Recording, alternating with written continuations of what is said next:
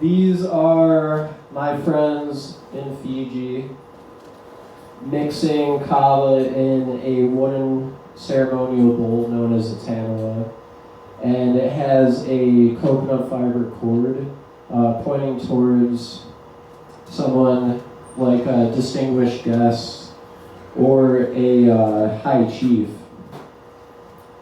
for a village. And the kava ceremony, like we're having right now, is a ceremony which uses recipes passed down for many generations, and these days it's mainly used for welcoming a guest.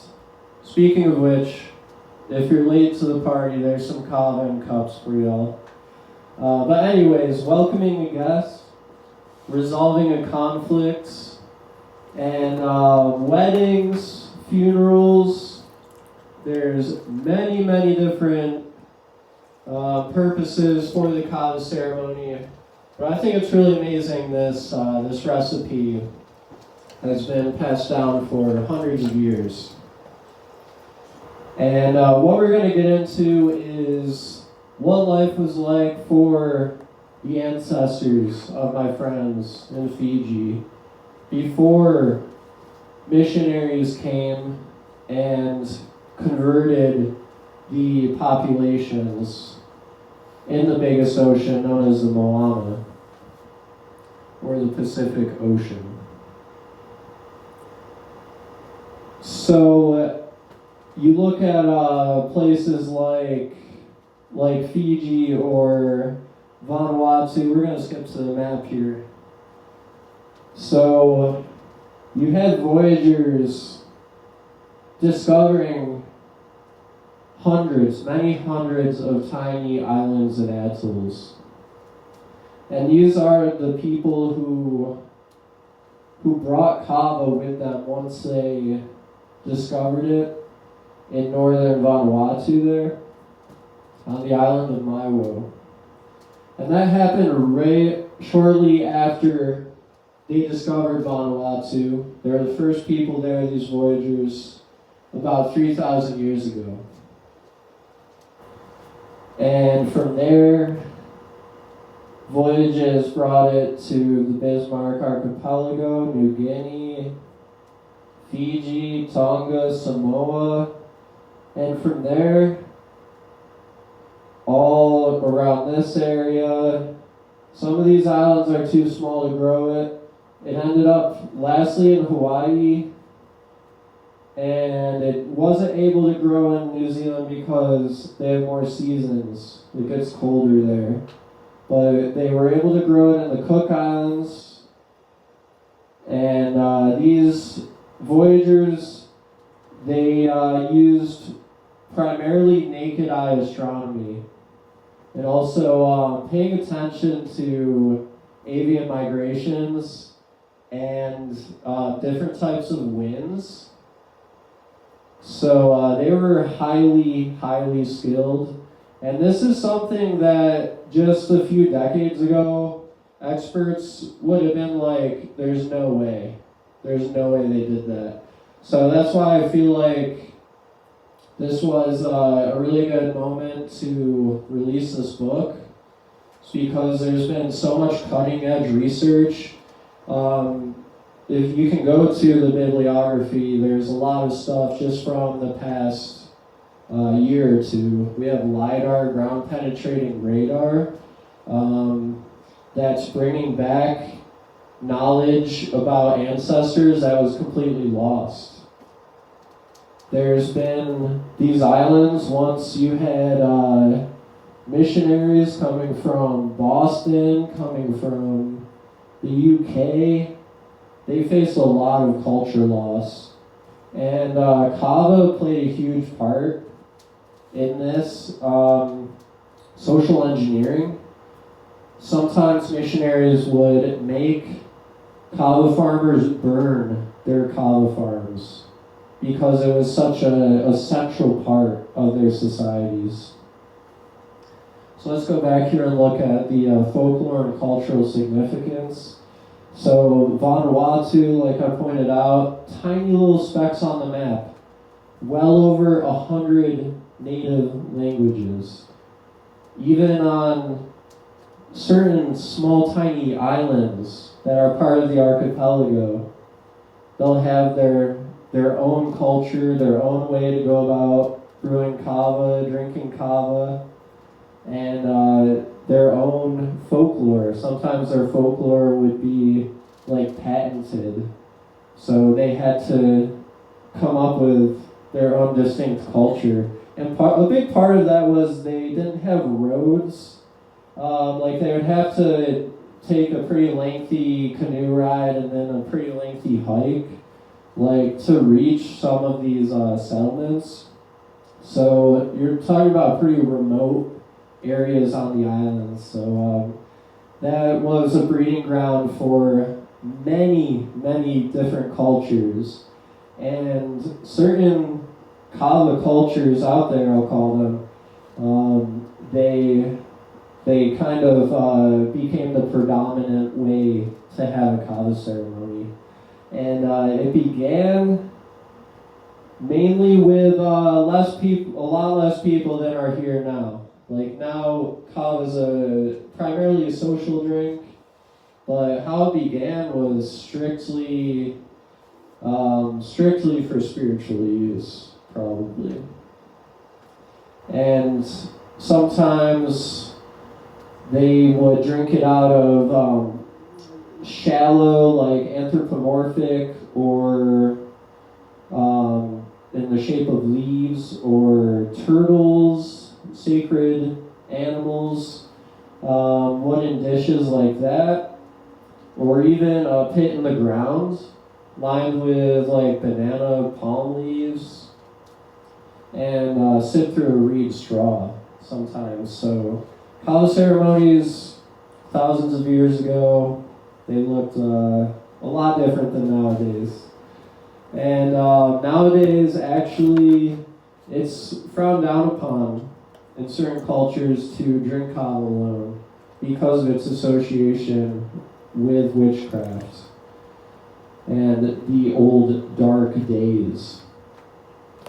So yeah, we've got so many different cultures,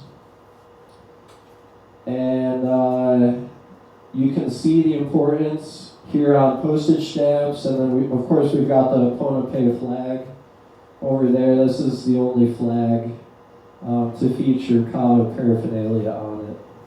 But even Western Samoa has kava paraphernalia, talanoa, on their official seal. So this is a culturally significant root crop. So this is the traditional men's meeting house or dancing ground known as a nakamo or a yimayim. And hopefully everyone can see. But yeah, this is, way back when, instead of going to school, men would go and drink kava and have certain coming of age rituals, grade taking ceremonies that I get into more in the book. And kava was a huge part of daily life. It permeated many aspects of society. You don't really see women taking part in kava ceremonies until it reaches Tonga, but there's really no way to tell for sure. But it was primarily on all the islands reserved for men. Sometimes it would be especially reserved for the upper class of society. Even in Tahiti, the upper class of society would wear the token of abusing kava, which is a scurfy skin. Y'all probably haven't experienced that because you have to be drinking kava like all day, every day, to people ask me what would happen if I were to drink too much kava, and it is a skin condition that reverses itself after just a day or two of taking off of drinking kava. So the elite would even have like resort islands where they'd be sent if they drink too much kava and they need a day off or a week off. So yeah, that's the upper class because they would accept taxes in kava. Kava was a form of currency before real money came into the picture. You got kava, you got little shells, you got pigs, just early forms of money. Taxes were paid in kava and Tahiti, so that's why the elite loved it. And what I really love about kava is it is ancient wisdom preserved. Such a hard plant to grow. Even this, after 5 years, 6 years, that's when they harvested it. So it's pretty hard to grow, especially when you got missionaries burning down certain kava farms. Because the plant we're drinking here, every kava plant, it can't grow via seeds. It grows through ancient clones of stem cuttings that survived for many, many generations, using ancient wisdom passed down through men who farmed, looked after their family plots, and then it really wasn't until the 1950s to 1980s you see the commercialization of kava really taking off.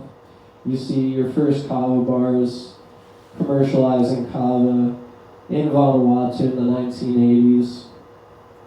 And then 2002 was the first kava bar in the US. Now I heard there's over 300. And this is, depends who you ask, this might be half of all the kava bars in Kentucky. But every kava bar is different. You gotta really make sure you trust who you're getting your kava from.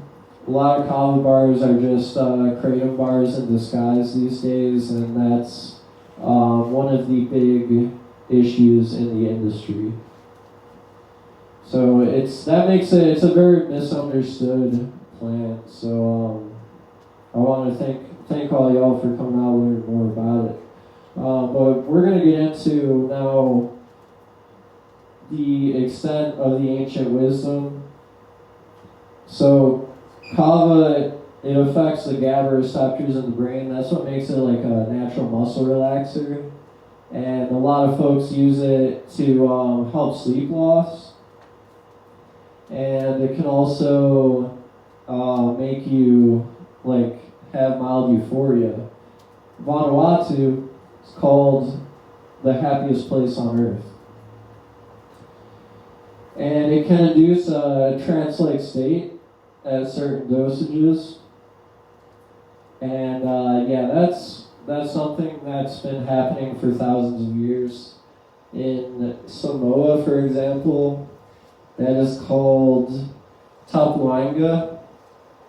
And they would use the tamale, the high chiefs there, they would use fasting and breath work to reach the trance-like state of tapuanga. And you see that elsewhere on other islands. Drumming, and I'm going to play, after I get through the slideshow, I'm going to play a medley that I compiled of field recordings. It'll start with I'll get into it in another slide.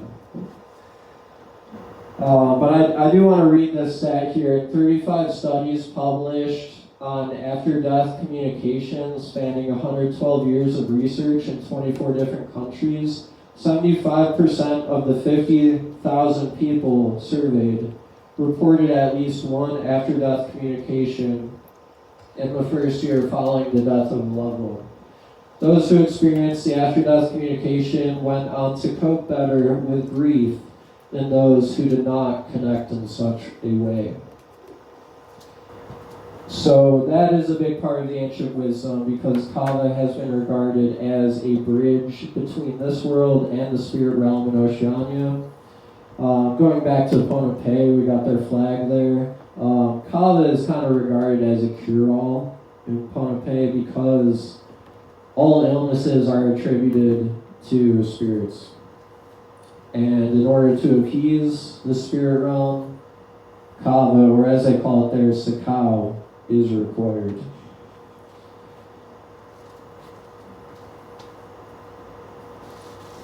So yeah, talking about this music recording that I'm about to play, it's going to start off with a conch shell, which is, so first of all, in Vanuatu, according to the oral history, before the verbal language, ended up there, they had music. They had channeling of their ancestors with music. Ancestors would pass down vital knowledge. It was also stored in the land. Sacred volcanoes like Mount Yasser. They even had made these are slit drums that you'll hear in the recording, made to look like big men, ancestors who acquired enough vital life force known as mana in order to be worshipped. And poetry was always sung there in order to enhance the ritual space. That's what these slit drums were all about. And Kava is said, some of y'all have told me, it is said to have a reverse tolerance. It requires less if it bonds with your body over time.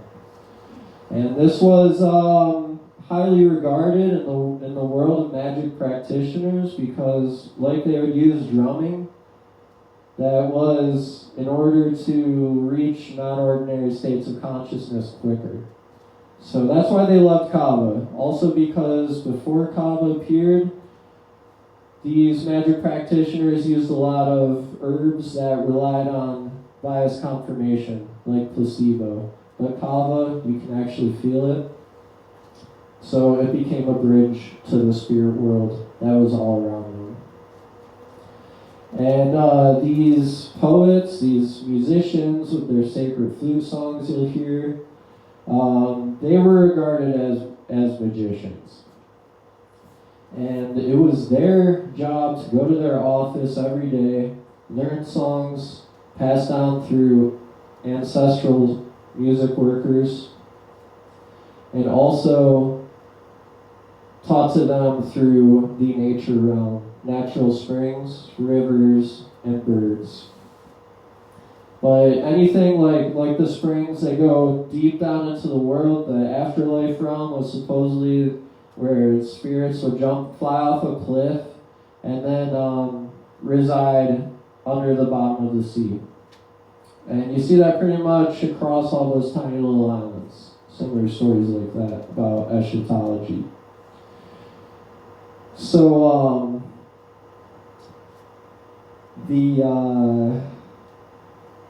so the natural springs, the volcanoes, they all penetrate very deep into the ground. So you're closer to the world of the ancestors that way. They also felt like the spirits of past musicians would be around them there, listening to them play. And some of the songs that are in the medley are yam fertility songs, which was another sacred plant. I love yam, but yeah, they worshiped the yam. It was a great source of sustenance, and it was how some of the cultures divided their time. Because unlike kava, growing through 3 to 6 years until it's harvested, the yam planting season put them more in touch with the flow of the seasons on a yearly basis. So the yam was also very important. That'll be some of the songs you hear, but note that the songs were mastered in the kava drinking ground, dancing ground, Nakamal, Yimwaim.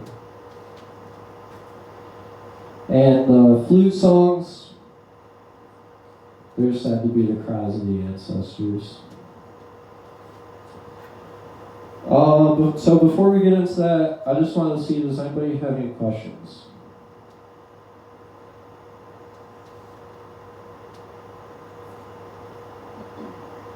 No questions. Okay. Yes? What's the reason for like the numbness in your lips? Good question. So how does kava numb your mouth? And that's a local anesthetization of the mouth and lips. That is very common with kava. You should be feeling that. Totally normal. And if you look at kava's Latin name, Piper methysticum, it comes from the pepper family, and there's some outliers of the pepper family where that just is naturally occurring. So yeah, totally normal.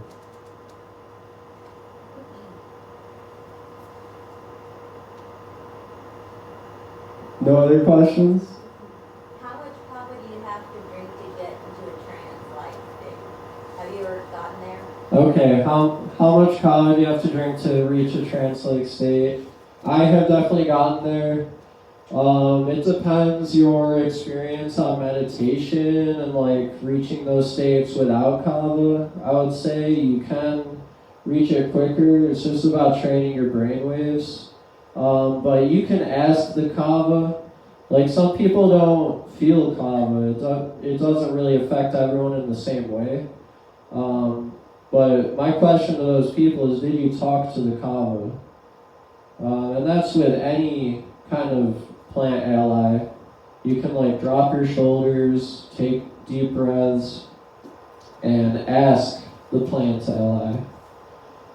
You want to reach deep relaxation because kava works on GABA receptors and the nervous system in ways akin to deep meditation and restorative sleep.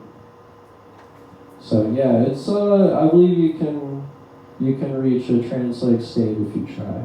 Maybe a couple shells, 2-3 shells, and then just wait. And that's another part of the ancient wisdom that I really love about kava that's been passed down. Even to this day, you go to a kava circle with people who have grown up with it, and they'll have a couple shells, the whole circle will fall silent.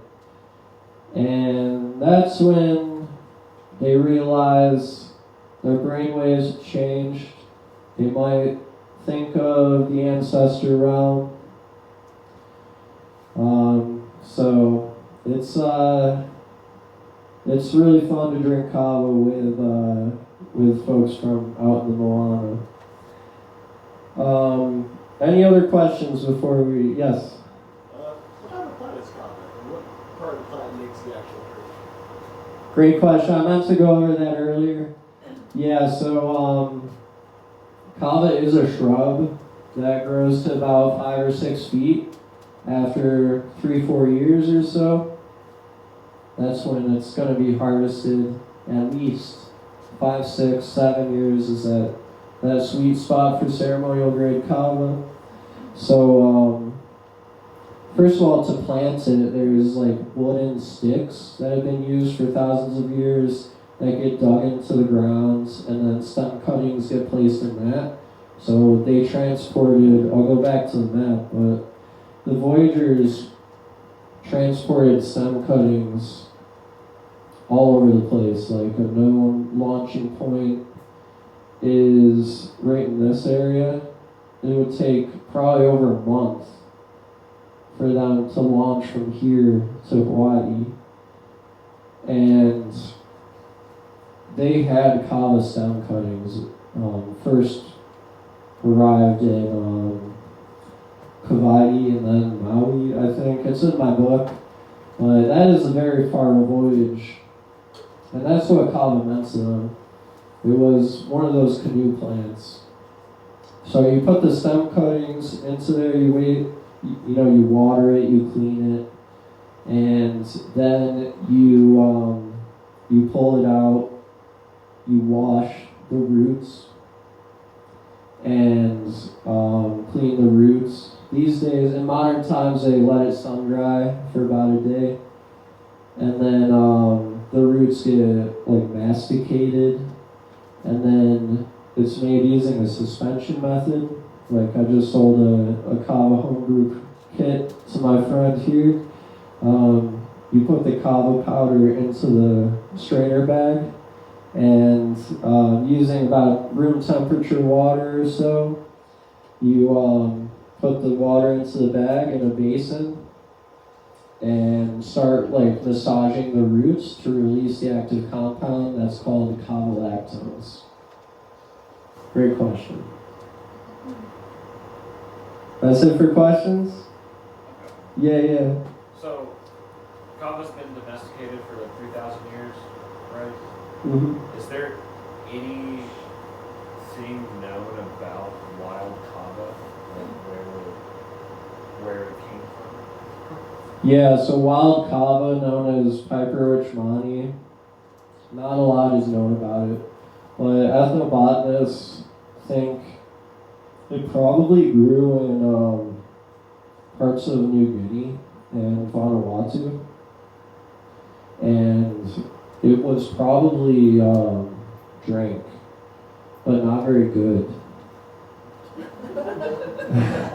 But we don't know a lot about it.